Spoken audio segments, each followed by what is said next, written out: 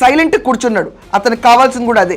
అతనికి ఏ సెంటిమెంట్ ఉండదు, విశాఖ ఉక్కు ఆంధ్రుల హక్కు వీటి గురించి ఏ రకంగా ఒక సెంటిమెంట్ అటాచ్మెంట్ లేని పర్సన్ జగన్మోహన్ రెడ్డి. కానీ అతనికి మాత్రం ఇప్పుడు వామపక్షాలు మద్దతు ఇచ్చే యూనియన్స్ అవనండి ఎవరు ఆ రోజు అతని పైన స్వరం వినిపించలేదు.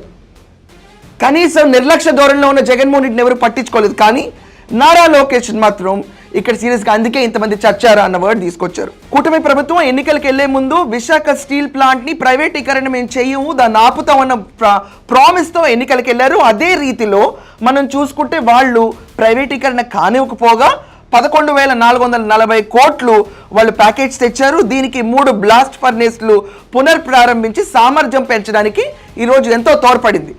లాస్లో ఉన్న కంపెనీని తీసుకొచ్చి ఈరోజు ప్రాఫిటేరింగ్ స్టేజ్కి తీసుకెళ్లారు. ఇది వాళ్ళ ఘనత.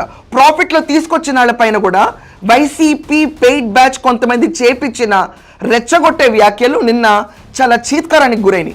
కానీ వైసీపీ వాళ్ళు అఫీషియల్ ట్విట్టర్ అకౌంట్లో పోస్ట్ చేసే వీడియోస్ నారా లోకేష్ రెచ్చిపోతున్నాడు, అగ్రెసివ్గా మాట్లాడుతున్నాడు, ర్యాష్గా బిహేవ్ చేస్తున్నాడు అని చెప్పి మాట్లాడారు. కానీ అక్కడ వాళ్ళన్న మాటలు ఎవరూ హైలైట్ చేయలేదు.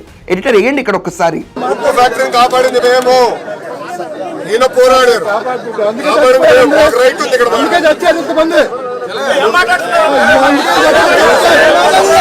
ఇప్పుడు 8,097 కోట్లకి మళ్ళీ వాళ్ళు అప్రూవల్కి వెళ్ళారు. ఫైనాన్స్ మినిస్టర్ ఓకే చేసింది, క్యాబినెట్లో ఓకే అయిన తర్వాత మళ్ళీ మనకి కోక్ ఉత్పత్తి కోసం ఇప్పుడు విశాఖ స్టీల్ ప్లాంట్కి 8,097 కోట్లు అలాట్ అవబోతుంది.